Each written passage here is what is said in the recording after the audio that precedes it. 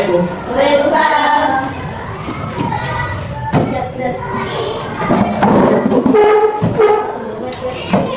Selamat siang Pak Guru.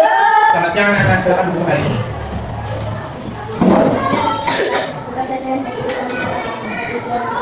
Bismillahirrahmanirrahim. Sebelum melakukan pembelajaran, Pak Guru akan melakukan presentasi terlebih dahulu ya pada anak semuanya. Apakah hari ini ada yang tidak berangkat? Masuk semuanya, alhamdulillah. Apa kabar kalian hari ini? Semangat semuanya untuk belajar? Sebelum belajar, yuk kita SBY dulu supaya lebih semangat belajarnya. Tepuk 1, tepuk 2, tepuk 3, tepuk 4, tepuk 5, konsentrasi. Nah, baiklah anak-anak semuanya, pada hari ini kita akan mempelajari mata pelajaran IPAS. Pada minggu sebelumnya kita sudah mempelajari materi apa? Ada yang masih ingat? Apa? Mutualisme, parasitisme, Ya, simbiosis, betul. Minggu yang lalu kita sudah mempelajari tentang hubungan makhluk hidup. Karena hubungan makhluk hidup itu adalah materi terakhir pada bab 3, maka hari ini kita akan lanjut ke materi atau bab berikutnya, yaitu energi. Berkenalan dengan energi. Nah, kalian boleh simak di layar sini ya. Langsung saja kita masuk ke pembahasannya. Ada pertanyaan, apa itu energi? Ayo ada yang bisa menjawab? Ya, angkat tangan. Ya, silakan aja. Energi adalah kemampuan untuk melakukan usaha, kerja, atau perubahan posisi pada suatu benda atau makhluk hidup. Ya, boleh. Nah, lalu yang kedua, apa saja bentuk-bentuk energi? Ada yang tahu lagi? Energi panas. Energi panas, yang lain? Energi panas. Boleh, kami kurang tepat, ayo. Energi listrik. Energi listrik, Energi energi gerak, energi cahaya. ya, ya. Yuk kita bahas ke slide berikutnya. Nah, sini silakan boleh diamati. Jawabannya tadi sudah benar, akan tetapi ini ada jawaban yang lengkapnya. Apa sih yang dimaksud dengan energi? Energi merupakan kemampuan untuk melakukan usaha atau kerja, menghasilkan daya atau menyebabkan perubahan pada suatu benda, seperti perubahan pada posisi, gerak, suhu, dan lubrikat.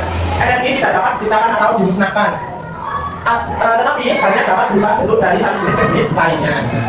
Selanjutnya kita ke bentuk-bentuk energi. Ya. Bentuk-bentuk energi itu ada berapa? Nah, yang pertama, energi panas. Keberadaan energi panas membantu manusia untuk menghangatkan badan, mengalirkan pakaian dan memasak.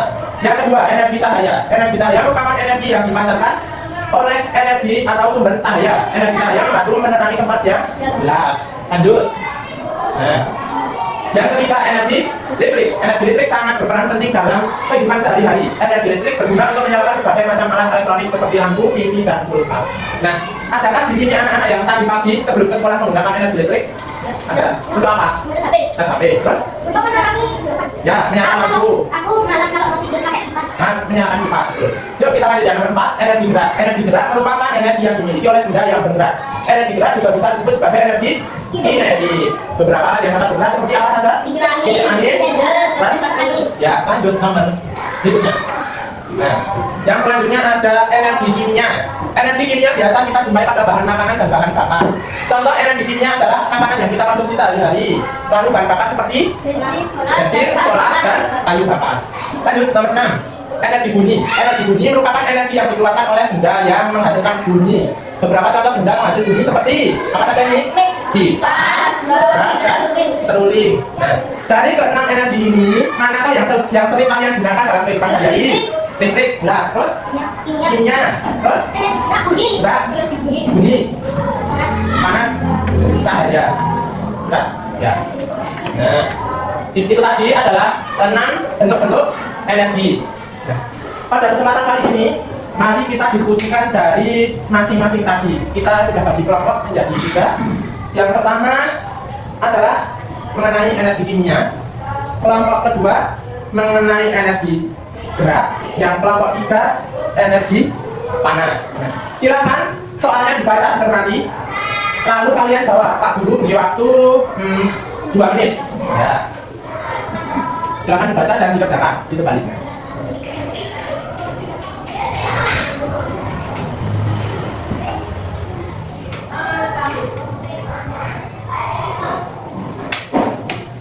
Sudah 2 menit ya. Waktunya nanti kita akan minta setiap kelompoknya untuk membaca hasil jawaban diskusinya. Yuk.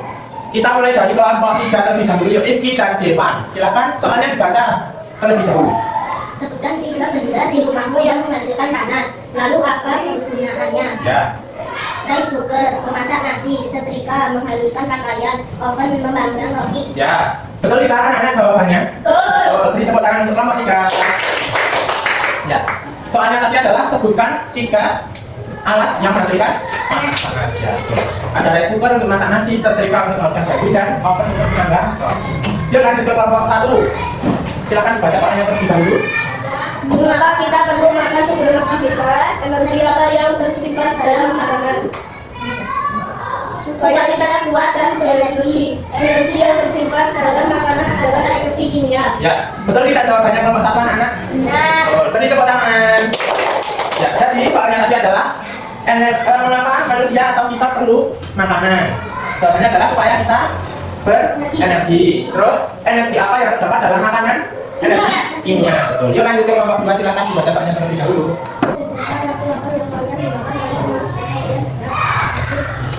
Energi yang tersimpan dalam